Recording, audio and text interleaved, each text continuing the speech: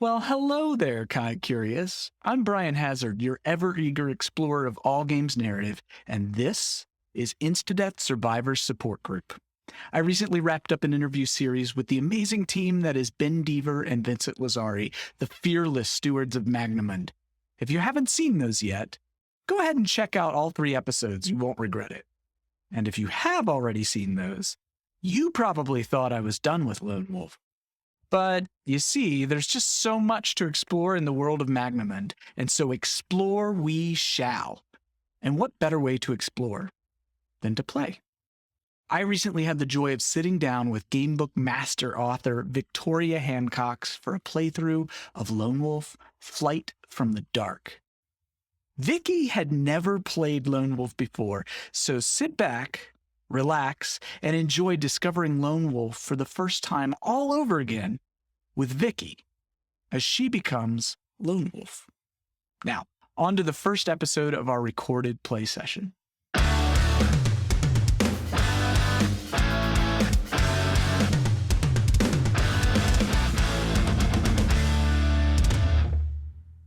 I'm really excited today to be playing a classic of gamebook literature called Lone Wolf. I think maybe many of you have heard of it. We're going to be playing the very first book in the series, A Fire Upon the Deep. That is not what it's called. Flight from the Dark. That's what it's called, by Joe Deaver. I'm even more excited to be playing with a gamebook author and a really prolific creator of horrific stories, Victoria Hancox. Vicky, welcome to the show. They're not that horrific, Brian. Just a little bit of gore and blood and guts every now and then. So yeah, official name Victoria Hancox, but Vicky to all my friends. I'm one of those people who, like a lot, got back into fighting fantasy and was inspired to try it out myself, but Joe, I just couldn't do the whole fantasy stuff. I couldn't do the sword, and I certainly couldn't do the dice because I cheat all the time and I never use them. So I just sort of went along my own path of diceless horror. I'm on my 5th book at the moment. This is a hexalogy that I'm creating. And they've all been ordinary people that find themselves in quite, I suppose, horrific situations, and they have to survive. So the first one was Night Shift, set in a hospital. That was followed up by The Alchemist's Folly. And this was a job interview that goes horribly wrong. And just for people that are in the know, the protagonist in that book will be seen again in book 5. So all the threads are starting to come together. Book 3 was Phantom Self, set in a little coastal resort, about investigating occult things, but what happens is a little bit more than that, but I don't want to give any spoilers away. And the 4th one, Behind the Weeping Walls, is set in a spa in Germany, because why not? And I'm leaving no spoilers at all about the 5th one, but it should be out maybe this winter, but it's going good. It's going very good. Awesome. And where could our listeners go to find more about you and your work? Well, I've made it kind of easy because it is just www.victoriahancox.com. And so all the stuff about the books, all news is all on there. And you can sign up for my newsletter so you can be the first to hear of all the things that are coming up. Well, I have bad news, Vicky. You see, we're going to keep you honest in this playthrough. There will be dice rolling. Really? And I'm not going to let you cheat. So you might well die. Tactic. Even worse news yet is that other players who might follow you, because this is a connected narrative, are depending on you now to make some choices that will affect them. So, no pressure. With that, no pressure at all, but don't mess this up, okay? So with that, we'll jump right in and get started with Flight from the Dark. So I'm going to do the reading. You're going to make the choices. I've got no strategy, right. Brian. I'm just going to shoot from the hip, just whatever feels right. There's not much thinking here. I'm just going for it. Excellent. And when we get to combat passages, please do embellish on the story. Add your own narrative flavor of like what you're doing. Are you swinging that sword at their neck? All that kind of stuff, okay? All right. In the northern land of Summerland, it has for centuries been customary for parents to send their most gifted children to the monastery of the Kai on the occasion of their 7th birthday. There, they are taught the skills and martial disciplines of their noble ancestors. The warrior order of the Kai are masters of their art, and the children in their charge love and respect them in spite of the hardships of their training. For one day, when finally they have mastered the disciplines of the Kai, they will be able to return to their homes equipped in mind and body to defend themselves and their kin against the constant threat of war from the Dark Lords of the West. In olden times, during the age of the Black Moon, the Dark Lords waged war on Summerland. The conflict was a long and bitter trial of strength that ended in victory for the Sumlending at the Great Battle of Mackengorge.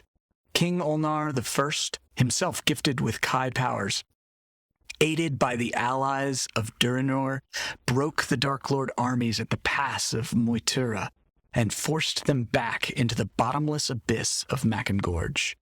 Vashna, mightiest of the Dark Lords, was slain upon Ulnar's sword, called Summer Sword, the Sword of the Sun. Since that age, the Dark Lords have vowed vengeance upon Summerland and the House of Ulnar. Today is the eve of the feast day of Fimarn, the first day of spring. It is an old tradition of the Kai to gather at their monastery in the foothills of the Derncrag Mountains on Fimarn, in order to reaffirm their fealty to the god Kai and to the Sumlending House of Ulnar. Many Kai journeymen and envoys have traveled far to return in time for tomorrow's celebrations, which mark the beginning of a new year in Summerland. You are a young Kai cadet called Silent Wolf. This is the name you were given by your Kai masters when you first entered the monastery. You are an initiate in this noble order, and this will be the 8th year you have taken part in the Fimarn ceremony. Your feelings of pride and excitement are the same now as they were when you first arrived here from your home in the village of... This is where I'm going to get judged by Lone Wolf fans. I have no idea how to pronounce this. In the village of Dage. I'm going to go with Dage. A little over half your short lifetime ago. The past few days have been an exciting time for you and your fellow cadets. The journeymen have been recounting their tales of battles won and quests fulfilled in distant lands, and everyone is filled with a sense of joy and hopeful anticipation that the new year will bring continued peace and prosperity to your beloved homeland. The monastery is alive with activity as the final preparations are completed for tomorrow's feast. But for you and the other cadets, the routine has changed very little. Your training and education proceeds as usual, although you find it harder than ever to concentrate as your current tutor, Kai Master Starfire, instructs your class on the geography of the Last Lands. "Silent Wolf," he bellows, waking you abruptly from a daydream. "Perhaps you can enlighten us. What city lies on the coast of the Wildlands?" You hesitate, stunned into open-mouthed silence. "As I thought," he says reproachfully. "This is not the first time we've suffered your inattention. A penalty paid now may serve to sharpen your concentration in the future." Starfire reaches into the pocket of his tunic and withdraws a shiny gold coin, gazing at it for a few moments as he considers what the forfeiture should be. "I will let fate decide." He tosses the gold coin into the air and catches it deftly on the back of his left hand. Looking down at the freshly minted head of King Ulnar V, he says aloud, "So be it. Extra weapons training. Tomorrow morning, 1 hour before dawn, you will present yourself to me fully equipped and ready on the training park." "Yes, my lord," you reply humbly. A bell chimes 3 times from the hallway beyond your classroom door, signifying the end of today's lessons. You're placing your books and parchments into your backpack in readiness to leave when Kai Master Starfire calls out to you once more. "Be punctual, Silent Wolf, or you will find yourself spending Fimarn gathering firewood for the kitchens, and I shall see to it that you forfeit your place at the feasting table at sundown." The threat of missing the annual feast of Fimarn causes you to swallow hard. "Yes, sire," you reply. "I will be punctual." Okay, we are going to create your character here. So they've added some play options here that weren't in the original book. What we're reading through are actually the layout for the printing presses before these books even went to press for the definitive editions of Lone Wolf. And so they've added some sort of rules options that we can take, and we're going to take advantage of this now. So what I'm going to do is I'm going to roll a 10-sided die 3 times and tell you what each of those are. And you're going to pick 2 of those to apply. One of them to be your combat score. We're going to add 10 to whatever that number you pick is. And then one of them to be your endurance score. So we're going to add 20 to that number. And the thing about combat is that whatever that combat skill is going to determine your odds of success and also the penalties when you don't roll well. The endurance score will be your maximum endurance that you'll ever be able to have as Lone Wolf. So let's go ahead and do those rolls now, and I'll let you know what your options are, and you can apply them as you see fit. First, we have a 2. Next, we have an 8. And we have a 9. So presumably you want to discard the 2. That sounds good. And we'll have the 9 going for endurance and the 8 for combat. Please. Fantastic. So you said the 9 for endurance and the 8 for combat. 18. Not bad rolls. So you're set up well in that regard. And now we will be picking some disciplines. You're going to choose 5 disciplines. We've got a number here. I'm going to read through the whole list first. We've got camouflage, hunting, sixth sense, tracking, healing, weapon skill, mind shield, mind blast, animal kinship, and mind over matter.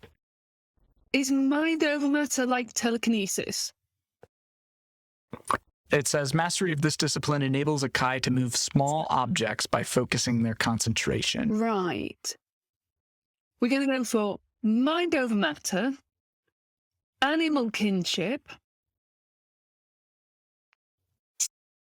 Right. I'm tempted by mind blast, but that could be too similar to mind over matter. So I'll go for healing, sixth sense, and tracking. To review, so far we've got a combat skill of 18, endurance points of 29, and your disciplines are mind over matter, animal kinship, healing, sixth sense, and tracking. Excellent. So we're about to get to the equipment here. So you're going to have a green tunic and cloak of a Kai initiate. You also have a backpack, a belt, and a leather pouch in which you keep your money. And we're going to roll for money right now. So you get 3 gold coins to start with. Sorry, gold crowns, they're called. That doesn't sound a lot, Brian. It is not. But it could have gone up to 9. So, you know, the scale is relatively small. And so with that, we are going to begin the quest. Here we go. Are you ready? I am ready. Who is that person in the picture, first of all? Is that meant to be me? That is Starfire. Oh. Your Kai Lord, Starfire. All right, so here we go. You are woken from your sleep by the clockwork chimes of the timepiece you placed beside your pillow the previous evening.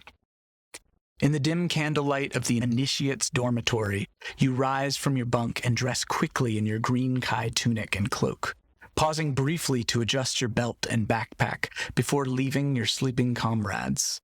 You're determined not to be late for your training session with Kai Master Starfire, mindful of the forfeit he will impose if you break your promise to be punctual. You leave by the dormitory's north door, which opens directly onto the training park in the center of the Kai monastery. Starfire is already waiting for you beside a weapons rack near the center of the yard. In the pre-dawn moonlight, your sharp eyes see that this formidable warrior is already dressed in his ceremonial robes for today's festivities. He greets you with a nod of his head and tells you to pick one of the wooden practice weapons from the rack. You choose a sword fashioned from the sturdy Sumlending oak and take up your position opposite him in readiness. "Battles are not always fought in broad daylight, Silent Wolf," he says as he pulls a wooden sword from the rack. "The gloom of this morn will serve to sharpen your senses. Pity the same cannot be said for your attentiveness in class." Patiently, your Kai Master puts you through your paces, teaching you correctly how to parry and block and strike to the greatest effect. After half an hour of intense instruction, you're breathless and drenched with sweat, despite the frosty chill of the morning air. Starfire, conversely, shows not the slightest sign of fatigue after exertions of training. "Well done, Silent Wolf. You may rack your sword and rest a while. Your shortfalls in the classroom seem to be compensated by your natural ability with weapons. You show great promise. Now, if only you would apply the same effort to your studies, then perhaps one day you too will attain the rank of Kai Master." You thank Starfire for his compliment and his advice. He never gives praise unduly, and his approving words fill you with a resolve not to daydream in future classes. You place your wooden sword into the rack and unhook a flask of water. You're taking your first swallow when suddenly the stillness is shattered by the clang of the gatehouse bell. The monastery alarm has been sounded. "For the love of Ashir!" exclaims Starfire. He's staring intently towards the west, towards a sky that is growing strangely darker with every passing moment. At first, you can see nothing in the gloom, but then your eyes discern something moving in the darkness. Hundreds upon hundreds of winged creatures are approaching the monastery. "Cran!" gasps Starfire. "Kai, preserve us!" The doleful clang of the alarm bell has awoken everyone in the monastery. A few Kai Masters in lower ranks are now emerging from the dormitories. Most are without their battle armor, but every one of them is armed in readiness to defend your stronghold from attack. The first wave of winged Cran swoop down from out of the darkening sky. As they come screeching toward the monastery's gatehouse, you see that they are carrying... I forgot to look this pronunciation up, so I'm going to get slaughtered again by Lone Wolf fans. Here we go. Is it Jiax or Giax? You know what, folks? Tell me in the comments if this is Giax, Jiax, Gaiax, or Giax. I'm going to go with Giax. Here we go. Anyway, you see that they're carrying Giax on their leathery backs. These fierce creatures are the mainstay of the Dark Lord's armies. What they may lack in physical size and intelligence is more than compensated for by their vast numbers. The doors of the gatehouse are half open, and as the leading Cran drop their riders and wheel away, these first few Giax scramble to their feet and come rushing headlong toward the opening. They're determined to gain entry before the great doors of the monastery can be fully closed. "Silent Wolf, follow me," commands Starfire, and he turns and runs swiftly toward the gatehouse entrance. So, do you choose to immediately obey Kai Master Starfire, or would you like to arm yourself with a real weapon from the rack before following him? Can I just say, I'm picturing these things like the flying monkeys in The Wizard of Oz. So I'm not sure if that is anything similar. We're going to get a weapon. We need a weapon. Yeah. Excellent. Okay. You cast your eye along the row of real weapons that are stacked in the rack. You don't have time to choose. You're going to have to randomly select. I'm going to do a dice roll for you. So you happen to just grab the first thing hurriedly, and it is a dagger. All right, so that's what you snatched in a hurry, and now we're going to continue on. You run as fast as you can to catch up with Starfire as he races toward the monastery's main gate. Simultaneously and without slowing his pace, he unsheathes his sword with his left hand and unhooks a double-bladed axe from his belt with his right. Then he launches himself bravely at the Giax as they come scurrying towards the gap in the gatehouse doors. In a blur of deadly motion, he strikes the leading enemy an uppercut blow with his axe, which splits its ugly gray face from chin to crown. The Giax body tumbles backwards, trailing an arc of vile black blood. Starfire shouts a stirring battle cry, "For Summerland and the Kai!" and presses home his attack with a flurry of sword blows that decapitate the three Giax who are following in the fallen soldier's wake. The respite from the combat is brief. Moments later, a dozen more Giax rush forward. eager to overwhelm your Kai master with their superior numbers. One of the Jiaks, armed with a spear, breaks away from his group and comes rushing towards you. It's anxious to prevent you from reaching your embattled master. You strike at its head, but your blow is not quick enough to hit the creature. The Jiak ducks and then sweeps the haft of its spear in an arc that connects with your left knee and knocks you off your feet. So you're going to lose 1 endurance point, which I'll track in a moment. You manage to retain a grip on your weapon, but before you can get back on your feet, the Jiak moves in and raises its spear in readiness to pin you to the ground. All right. So first, I want to make sure that we track that you've lost an endurance point. It's not sounding good for me. No, not at all. Hello, survivors and Lone Wolf fans. There's more adventure coming in this episode, so stay tuned. But first, I wanted to share a quick sponsorship message. See, this video is sponsored by, well, me. You know, I spend money on the tools to make this content, but mostly it just takes way more time than I ever could have imagined to schedule, record, edit, mix, and release episodes like this. And I want to keep doing it to cover game books, RPGs, and other narrative games, and reach others like you who would enjoy this kind of thing. So you can support as easily as liking, commenting, and subscribing on this video. Go ahead and do it right now for Summerland and the Kai. And if you'd like to support financially, check out patreon.com/instadeath, where a few heroes I'm eternally grateful to have pitched in to help me cover my costs. But for now, let's get back to our adventure. Okay, so we're going to do a random die roll here for the next bit. And we get a 3. Starfire senses that you are in danger. As he fights momentarily, he turns his head towards your adversary and opens his eyes wide, using his telekinetic Magnakai discipline of Nexus to project his mind power.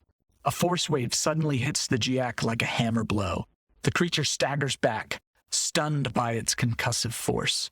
Quickly, you seize the chance to get back onto your feet and attack the Jiak before it fully recovers its senses.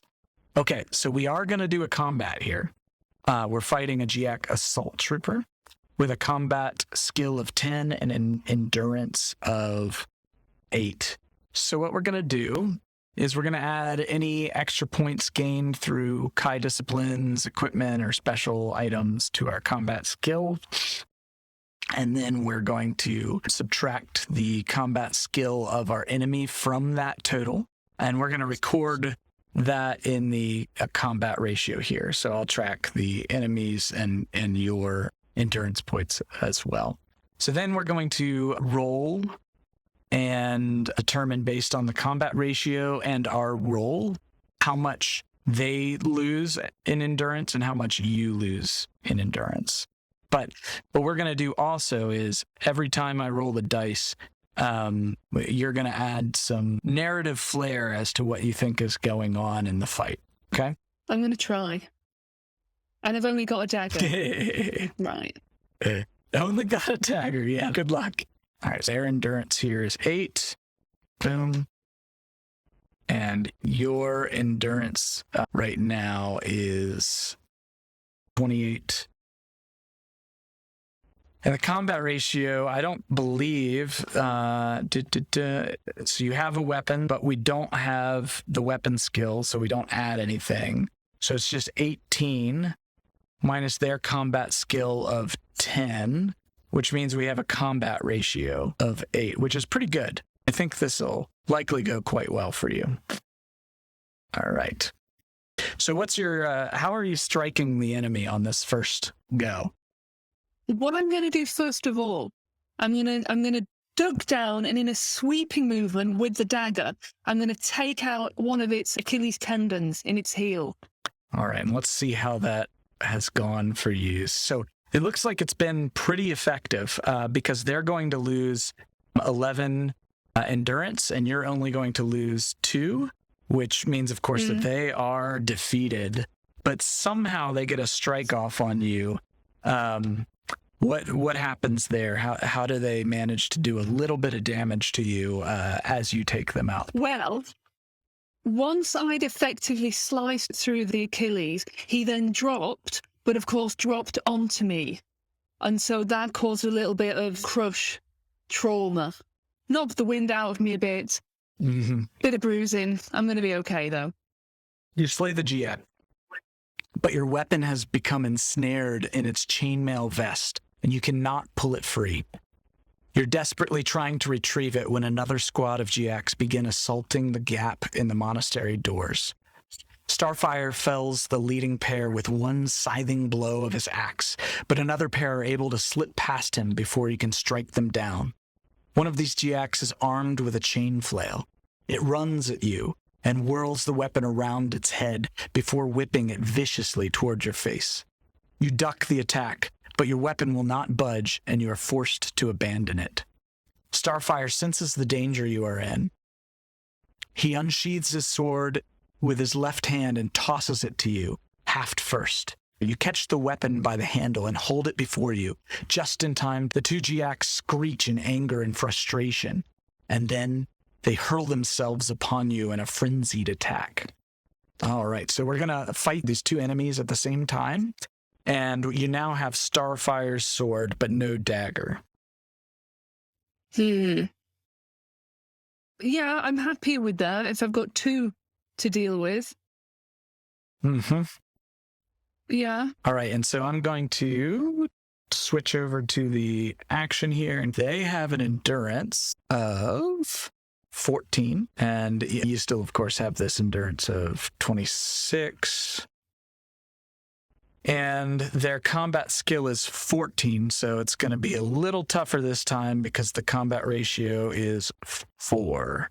So you have just parried an axe strike, and what's the first thing that happens in this fight, you think?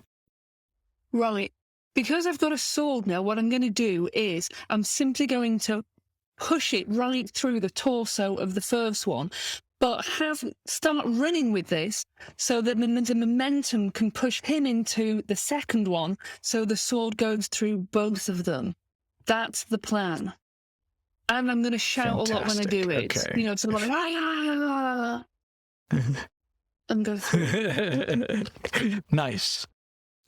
Yeah. Awesome. All right, so you have rolled, good news, a 10, which with a combat ratio of 4 means that you have done them in. So your plan has been executed perfectly. You don't lose any health, and you have done 16 damage on. They only have 14 endurance, so they are dead. So you've managed to. I think your scream is what did it. Yeah. They were so startled that you were able to pierce directly through both of them. Fantastic. Okay. You pass the sword blade through your belt and press on to reach the lever in the wall which controls the doors. You're now feeling unsteady on your feet, and the blood is pounding loudly in your ears. This is the first time you've killed in combat, and although you've carried out your duty with admirable skill, you now feel both excited and nauseous. Battle shock has left you in the grip of two conflicting emotions, elation and revulsion. You stagger to the barbican wall and raise the iron lever. Immediately, the great creaking doors begin to close. Several GX corpses are crushed flat and their limbs severed when the two doors come together and lock shut with a resounding boom. "Well fought, Silent Wolf," says Starfire, striding toward you.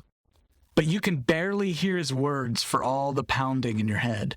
As the shock of your first combat begins to subside, the Kai Master directs your gaze toward the top of the highest tower in the monastery. This magnificent edifice is called the Tower of the Sun, and it is where the Kai Masters have their halls of learning. The highest level belongs to the leader of the Kai, Grand Master Braveblade. "Silent Wolf, I have an important task for you. Look up there at the very top of the tower and tell me what you see." You comply with Starfire's request. Despite the unnatural darkness and the countless numbers of Cran that are now circling the skies above, you can make out a large gem-like crystal, which is set into the tip of an elaborate spire fashioned from rune-carved steel. "I see the crystal beacon, my lord," you reply. "Just so. I want you to go there now and fire up the beacon. It will warn the king and home guard that the Dark Lords are attacking. Do you understand? Aye, my lord. Starfire looks towards the spire and frowns. Something is wrong. The sentinels of the tower should have set off the beacon by now. I fear they must have fallen. Starfire's grim thoughts are broken when suddenly a second wave of flying creatures comes swooping down towards the monastery. These are much larger than the crown of the first wave, and slung below their black bellies are nets filled with jacks, attired in battle armor and equipped with swords and shields. "Slan beast!" exclaims Starfire. "That accursed Zagarda! So this is how he plans to defeat us." One of these great black slan beasts comes swooping down to hover above the training park. A cloaked rider releases its net, and a score of armored Giacs come crushing down. Several are crushed to death upon impact, but the majority survive, and quickly they cut themselves free of the net. As soon as they are freed, they spread out and attack any Kai who are out in the open. "Go, Silent Wolf," urges Starfire, as he steels himself to counter the enemy's airborne attack. "Go now and fire up the beacon." As Starfire hurries back toward the training park to meet the enemy in combat, you peer through the eerie gloom, your keen eyes searching out the shortest route which will take you to the beacon. The great door of the Tower of the Sun has been sealed from the inside to prevent the enemy from gaining access. So you must now find an alternative way to enter. There are several doors which lead into the many halls of the monastery at ground level. However, only one of them now remains open. It's located beneath a large balcony at the top of a broad granite ramp, and it permits entry to the Kai Master's chambers. You resolve to enter the monastery by this way and set off at a run toward the ramp. Giac nets are being dropped more frequently now, and twice you are nearly crushed as you hurry around the training park and off towards the distant ramp. One net, released too soon, hits the middle of the granite ramp just as you reach it. All save one of the luckless Giacs are killed by the tremendous impact, but the sole survivor is able to recover its senses and cut his way through the top. As you sprint up the ramp towards the open portal, the Giac leaps from the heap of netting and broken bodies and attacks you with its curved black sword. So this is a combat skill of 13 and an endurance of 13 against your endurance of 26. So your ratio here is going to be a 5. So it has leapt from the heap of netting and broken bodies and attacked you with its curved black sword. And it says it's in a state of shock and battle frenzy. It does not feel any pain. All wounds inflicted upon this enemy in the first 2 rounds of combat are halved, with any fractions rounded down. Okay, so how are you approaching this fight? Well, the last tactic of, basically going with the sword as if I'm stabbing rather than swinging worked quite well. So I'm going for the throat this time. Straight through the throat. And, we've rolled a 3, which isn't great. On a combat ratio of 5, let's see how that goes. 3. Okay, so still you've done more damage to them than they to you. So they have taken 8 damage. They have 5 left, but you have taken 3 damage, taking you to 23 endurance. So how did that play out? Well, you see, the thing was, I was assuming that, they would have like an airway and blood vessels here, and they don't. It's a different anatomy. I've now learned that. So what I'm going to go for now is I'm going to go for an over-the-head swing straight on top of the skull. They've got to have a brain in there somewhere. Nice. Yeah. Yep, and I just remembered the damage is halved, so they actually have 9 health left. You only did 4. Okay, cool. Right. So you're going straight down at their head. Yeah. Oh, Cleave no. the skull. You've rolled a 1. So that's not good. This time, you being the second round, you would have done 6 damage, but again, halved right now because they're not feeling pain. So this is down to just 3 damage done. So they still have 6 endurance. And you take 4 damage. So you're at 19 on endurance. So I'm going to have to go for a big blood supply, thick arteries. It's random. I might try the screaming again while I do it, because that did work last time. Yes. That did work quite well last time. All right, so we got a 5 this time. So now all of the pain is starting to sort of flood back into them, and your screaming, I think, maybe knocked them back to their senses. So this time, you've done 10 damage, which is going to be enough to end them. But you do take some damage yourself as well, 2 more damage. So you're down to 18 on endurance, and they are down to, of course, 0, and they have fallen. You've cut an artery here, and they are bleeding profusely. Thick black blood pooling all around you. All right, you leap over the dead GX's body and run towards the top of the ramp. Several of your fellow initiates are busily constructing a barricade at the entrance of the Kai Master's chambers, and you hear them give a cheer as you come running towards them. Several witnessed your fight and are eager to congratulate you for slaying the Dark Spawn. Mindful of your mission, you urge them to complete their work, and then you hurry into the welcoming shelter of the chamber's entrance hall. The grand part of the monastery houses the apartments and personal libraries of the Kai Masters, the teaching members of the Kai Order.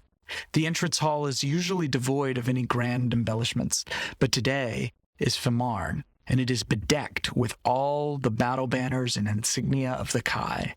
You're distracted by the many glorious flags that are hanging from the buttressed ceiling, and you collide with a Kai Master who is hastening in the opposite direction toward the barricade. It is Swiftowl, a master especially gifted in the disciplines of the mind. "Take courage, Silent Wolf," he says. "Duty awaits you outside this day. Conquer your fear and be proud of what you are." Mistakenly, he has assumed that you are fleeing from the battle, now raging in the monastery grounds. "Forgive me, Master Swiftowl," you reply, "but I'm not afraid to do my duty. I'm under orders from Master Starfire. I am to make my way to the top of the Tower of the Sun and must trigger the crystal beacon." Swiftowl scowls. Then you feel a sudden wave of heat passing through your head, and at once you sense that he is using his psychic skills to tell if you are speaking the truth. A smile flickers for a few moments on his tanned, craggy face. "That way, child," he says, pointing to a distant door. "Make haste. Fire the beacon. Do not fail." Whew, this is an intense situation Vicky's found herself in as Lone Wolf. Go ahead and hit subscribe so you don't miss the next installment in our adventure. To find out, will Vicky emerge as a hero or fail the people of Summerland? That's it for now. Thanks for watching.